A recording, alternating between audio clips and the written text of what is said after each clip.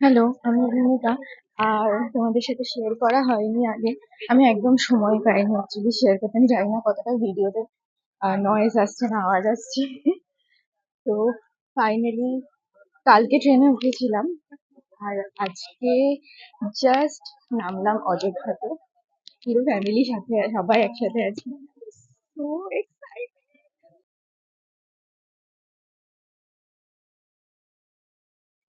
Hello, তো finally আমরা অযোধ্যা স্টেশনে।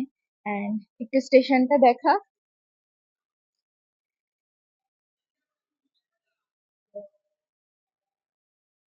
স্টেশনটা ভীষণ বড়। আর সবাই এখানেই নেমে আপাতত ওয়েট করছে। এখান থেকে আমরা হোটেলে যাব। আর এখানে এসে আমি যেটা দেখতে পেয়েছি সেটা প্রচুর হনুমান দেখতে পেয়েছি।